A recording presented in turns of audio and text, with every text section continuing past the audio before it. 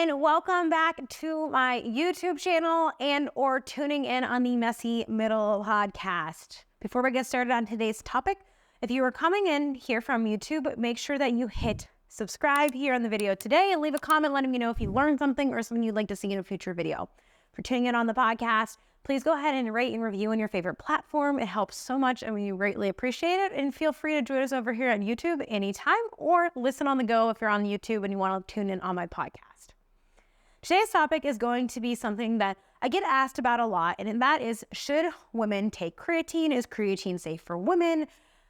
Creatine in women. And so this is going to be a short and succinct, sweet to the point video and podcast today.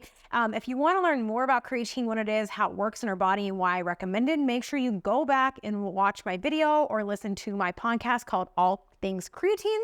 That will answer the majority of the questions that I get asked there. But I want to make this today so I have a resource for you all to kind of tune in and learn a little bit more on if women should take creatine. So first of all, creatine is naturally produced in the body. We just supplement it to maximize our stores.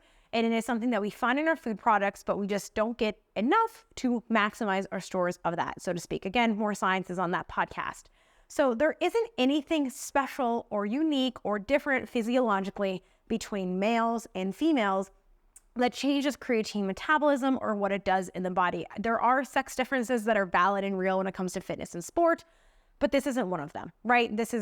We're not so biologically different that creatine just doesn't work for us or it's bad. And so there's a few myths that come around creatine with women and female trainees consumption that I want to kind of address here today. The first one is that creatine makes you fat. Creatine does not make you fat. Creatine increases water content in the body, and this is done by pulling water molecules into your muscle cells. And this is a good thing, and we want this. This water retention does not mean fat gain. You are not gaining fat. It's just increased water in your muscle cells. The same thing happens whenever you start eating more carbohydrate. You might know this, and hydrating, and you might be eating adequately, increasing your carb intake. You will be heavier because carbs bring in water as well when they're being stored as glycogen in your muscle cells. It's very similar to that.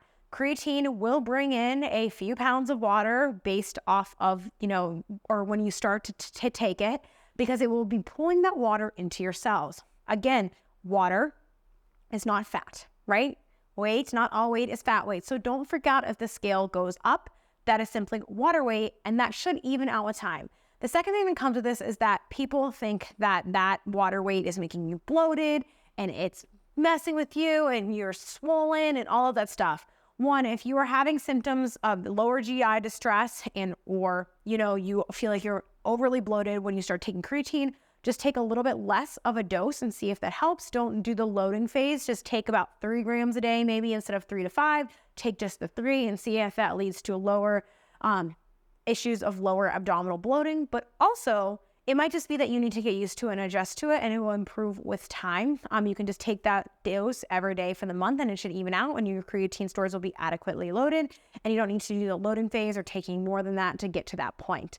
Another thing that's important to note is that it doesn't necessarily change or isn't negatively impacted by your menstrual cycles, so to speak, but that increased water retention that you are getting might help with hydration, and that is an issue that occurs with the luteal phase. So if you are someone who is worried about symptomology with your luteal phase, my friend Sam Moore, who's brilliant and awesome and female in sport, just published a paper on this, and they found that it helped increase water retention during that luteal phase, which might help with thermal regulation and issues with hydration during that luteal phase. So it might actually be beneficial for you and your performance, as well as that, again, water retention is not fat gain. You are not gaining fat from taking creatine, and there is benefit from it.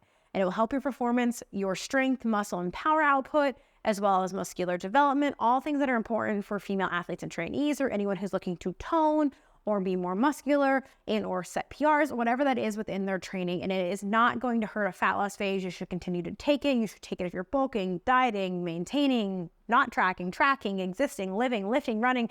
Creatine is really good for you. Those are two really big things that come up a lot when I talk about women and creatine. The next one is going to be, is it safe for pregnancy and breastfeeding? Now, this is a touchy subject because there isn't a ton of research on this topic simply due to the fact of the restrictions of doing studies and research on pregnant and breastfeeding women. For the most part, it does appear to be safe and potentially beneficial. The issue with taking creatine supplementation during the pregnancy period or even with breastfeeding more so appears to be at this time due to the issues of contamination of supplements because of how wildly unregulated the supplement market is. And so if you are going to take creatine during pregnancy or postpartum, one, that's something that you should talk to with your doctor, have an open, honest, transparent conversation about. I know not all doctors are super well versed in sports nutrition and anything like that, but maybe you can have a good conversation with your doctor to make sure it's safe, or you can find a supplement that they can agree on safety with you. The issue is that a lot of supplements are not third-party tested. I use a Legion, which is lab door tested, and I'm not going to claim any brand is 100% safe when it comes to fetal development or breastfeeding. I want you to make the best educated decision for you. There are other brands on the market that do that, but I do know a lot of people who are pregnant who will simply stop taking creatine altogether because of, one, the research is still in infancy, and or there's nothing showing it's going to harm things. It might show slight benefit, but it's not conclusive at this time, or they're just apprehensive over the quality testing of the supplements that they are taking. So for you, it would be a judgment call on the best decision that you can make for you and your health, and or risk of supplement cross-contamination based off the supplement that you are choosing to use. So that's not a direct answer, and it's very ambiguous, and I can't give direct medical health advice or terms here, but that is my kind of very simple answer there for that, is really just to make the best decision for you and your baby, and what you are willing to risk and take. And even if it doesn't apply to creatine in the circumstances, making sure that you are taking a supplement for anything, whether that's protein or, whatever you're taking, vitamins, minerals, whatever it is, during your pregnancy, postpartum period, or honestly in general, that is third-party tested and is safe and all of that stuff, because you don't know what kind of nasty stuff is getting mixed into these supplements because they're so unregulated. So to wrap this up, this is your friendly reminder. There's no such thing as creatine for women, and don't let people pinkify your supplements. You can just take regular creatine monohydrate. Yes, creatine monohydrate. Listen to my creatine podcast. At 3 to 5 grams per day, every day. Don't let people overcharge you for anything like that. Just take the simple, straightforward, simple stuff. Creatine monohydrate. It's not going to make you fat. If it's making you bloated, lower your dose. Maybe increase water, electrolytes if you're having issues with that. Keep on taking it to let your body run its course. And then when you're pregnancy or postpartum, make the best decision for you and your health with talking to your provider and or, paying attention as more evidence emerges. Unfortunately, it's in its infancy, and so I never like to give conclusive statements around pregnancy and postpartum with anything like that, but it does appear to be safe and potentially beneficial. Creatine is, again, naturally occurring and found in our food, but there might be a higher risk when it comes to contamination more than anything in this period, so make the best judgment call for you and talk to your medical care provider. So hopefully that answers that question for you all.